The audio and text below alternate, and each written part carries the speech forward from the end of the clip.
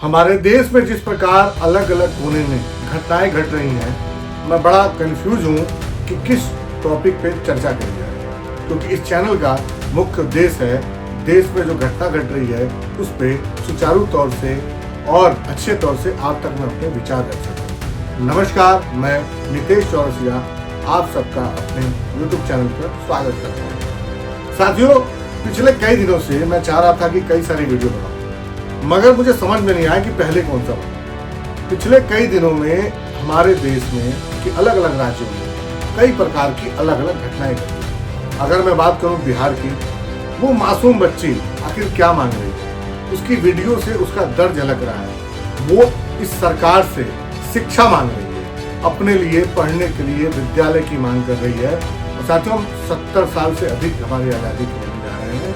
आज अगर हम उस छोटी सी बच्ची को उसकी शिक्षा के लिए अगर उसे भीख मांगनी पड़ रही हो, हमें विचार करना पड़ेगा। वहीं राजस्थान में अगर मैं देखता हूँ तो पढ़ते हुए बच्चों के स्कूल की छत गिर जाती है और वो बच्चे मर जाते हैं, क्योंकि वो गरीब घर के बच्चे हैं, हमारे देश के नागरिक नहीं हैं। अगर शिक्षा के लिए आज के परिवेश में इतना स्ट्रगल करना पड़ रहा है, तो ये सवाल मेरे मन में भी आता है कि मैं चर्चा पहले किस पे करूं।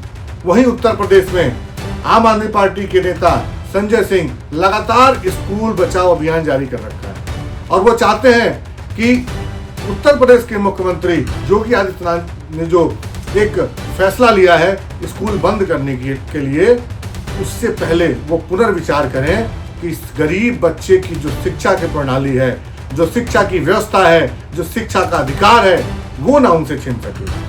साथियों, मैं चाहता हूं उस पर भी चर्चा करूं, मगर टॉपिक इतने हैं मुझे समझ में नहीं आ रहा कि मैं किस पे चर्चा कर पाऊं। मैं चाहूंगा आप सब अपना सुझाव दें और बताएं कि मैं पहले किस पे चर्चा कर सकूं। और अगर इसके बाद की बात करूं, उसी बिहार में SIR जो कि चुनाव आयोग ने वोटरों की गिनती में फिल्ट्रेशन शुरू कर दिया है, ऐसा वो बता रही है, मगर उसके पीछे बहुत बड़े स्तर पे मतों का घोटाला हो रहा है। तो अब इस मसले पे भी मुझे फिर समझ में नहीं आ रहा कि पहले मैं शिक्षा की बात करूं या चुनाव की बात करूं या चुनाव आयोग द्वारा करे जा रहे पक्षपात की बात करूं। मैं फिर उसी कंफ्यूजन में हूं। मैं चाहता हूं आप मेरी मदद करें। और उसके बाद हाल ही में अभी भी बारिश हुई। दिल्ली, हरियाणा, उत्तर प्रदेश, मुंबई, गुजरात जैसे प्रमुख राज्यों की स्थिति ये है कि वहां ड्रेनेज सिस्टम पूरी तरीके से फेल हो चुका है।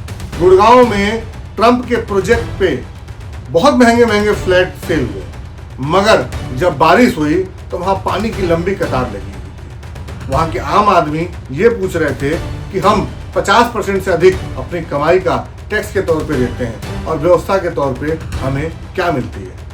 आपने उसके बहुत सारे अनेक वीडियो भी देखे होंगे। यही NH24 का कई सारा वीडियो वायरल हुआ, जिसमें एक युवक पानी में तैरता हुआ दिखा। मतलब साफ है कि वहां की ड्रेनेज व्यवस्था इतनी चरमरा गई है और अब दिल्ली में केंद्र से लेकर राज्य तक बीजेपी की सरकार है। ऐसे में अगर ड्रेनेज वहां लगे पंपू सेट के भरोसे हो, पंपू सेट ध्यान रखिएगा वो जुगाड़ है, एक ऐसा जुगाड़ जिसके माध्यम से यह सरकार पानी के ड्रेनेज सिस्टम को टेम्पररी शिफ्ट करना चाहती है। ये कोई परमानेंट जुगाड़ नहीं है, मगर फिर भी सरकार के पास अभी भी कोई सुचारू और सुदृढ़ व्यवस्था नहीं है। अगर मैं भ्रष्टाचार की बात करूं तो हाल ही में CAG ने बिहार में एक 70,000 करोड़ रुपए का भ्रष्टाचार, जो कि हम कह रहे हैं, मगर अगर देश की चौथी स्तंभ मीडिया जिसको कहा जाता है उसकी बात करें तो 70,000 करोड़ रुपए का हिसाब नहीं मिल रहा कह के वो पल्ला झाड़ रहे हैं। और तमाम सभी मीडिया पे चुप्पी साधी हुई है, क्योंकि वहां केंद्र की भाजपा सरकार के गठजोड़ में NDA में JDU भी है और उनके मुख्यमंत्री, बिहार के मुख्यमंत्री आज भारत सरकार के साथ गठबंधन में है। इसलिए वो जो 70,000 करोड़ का घोटाला हुआ है उसे घोटाला नहीं कहा जाएगा, वो इस राम राज्य के दौर में हिसाब की हेराफेरी कही जाएगी। फिर अगर मैं गुजरात में जाऊं, जहां 35 साल से भारतीय जनता पार्टी की सरकार है, वहां एक पुल जो कि गिर जाता है। साथियों, भ्रष्टाचार की चरम सीमा देखिए, उस पर कोई कार्रवाई नहीं होती, कोई बड़ा एक्शन नहीं होता, ना ठेकेदार पे कोई कार्रवाई होती है, ना वो ब्लैक लिस्टेड होता है, ना उसकी कोई जांच होती है, ना कोई इंक्वायरी होती है। और तमाम उन मौतों के जिम्मेदार कोई अधिकारी, कोई मंत्री इस्तीफा तक नहीं देता, किसी पे कोई FIR दर्ज नहीं होती। और आवाज उठाने वालों पे और अपना हक मांगने वालों पे आज उन्हें जेल की सलाखों के पीछे गिरा जा रहा है। ऐसे बहुत सारे महत्वपूर्ण और बहुत सारे अनेकों मुद्दे मेरे आसपास आ रहे हैं। मैं नहीं समझ पा रहा मैं किस पे अपनी जानकारी साझा करूं। मैं आपसे सुझाव मांगता हूं। मैं चाहता हूं कि आप कमेंट के माध्यम से मुझे बताएं कि मैं पहले किस मुद्दे पे आपसे चर्चा करूं। बहुत जल्द मिलूंगा। जैसे सुझाव होंगे अगली वीडियो में जिसकी डिटेल चर्चा करेंगे और उसके बारे में आपसे बारी बारी तमाम वीडियो पे तमाम टॉपिक पे हम बात करेंगे। धन्यवाद, नमस्कार।